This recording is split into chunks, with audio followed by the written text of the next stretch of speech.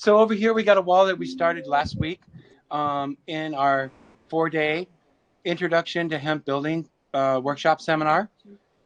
I have gone to the place now in teaching classes and everything that in order for people to really understand what Hempcrete is and how to protect owner builders and DIYers into what they're getting into, that I will not do classes that are under 4 days. You can't really get an experience of what the material is, what it's like putting it in the wall. The first 4 feet is easy, but when you get up there, up to the top, and you're in the rafters, there's no fun to be had. How do you set it up so you can be efficient on it? They did this wall in the first 2 days. We had my 5 crew. We had 3 participants in our hemp building introductory seminar on this. And this is what they did starting last Wednesday on day 3. Over here, you can see we've got a long span here. There used to be a 2x4 here that we could attach our form, and then we ran it over to where our door opening is.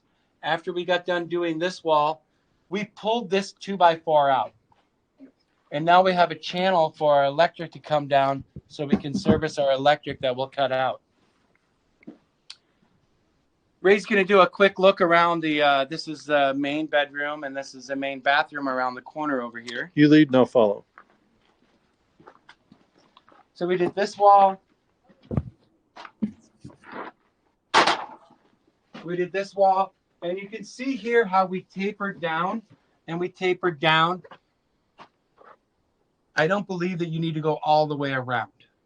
I've been tapering all 3 of my projects and tamping good and coming back and doing it. I have not had any cracks open up anywhere.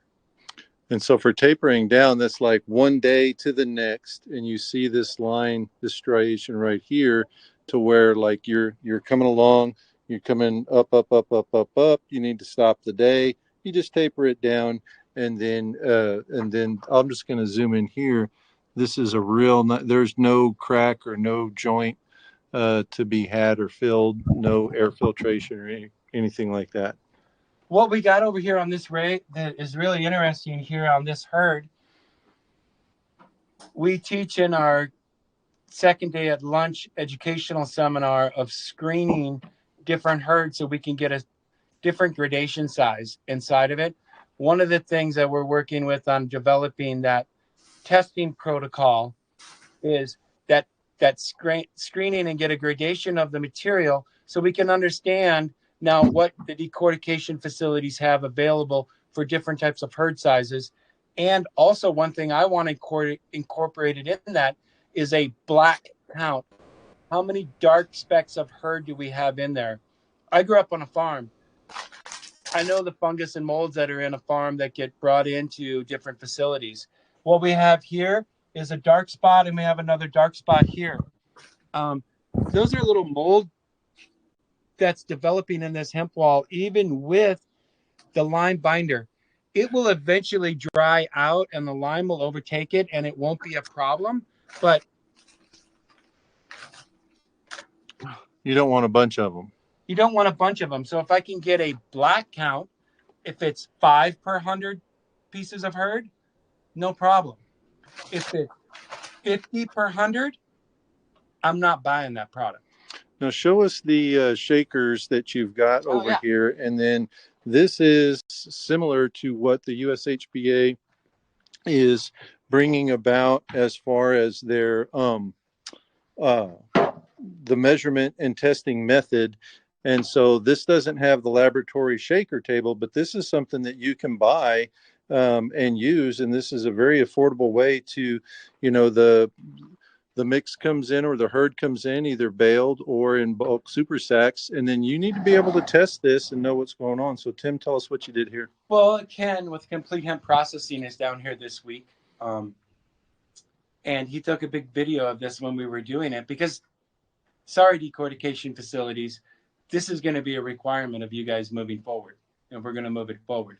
So these are different size screens. This is a number 4. Here's another one. It's a little bit smaller. Here's another one. It's a little bit smaller. And so forth and so on. And so forth and so on.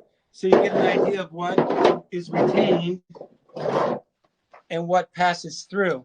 I'm also looking for a girth size on that herd, how fat it is basically.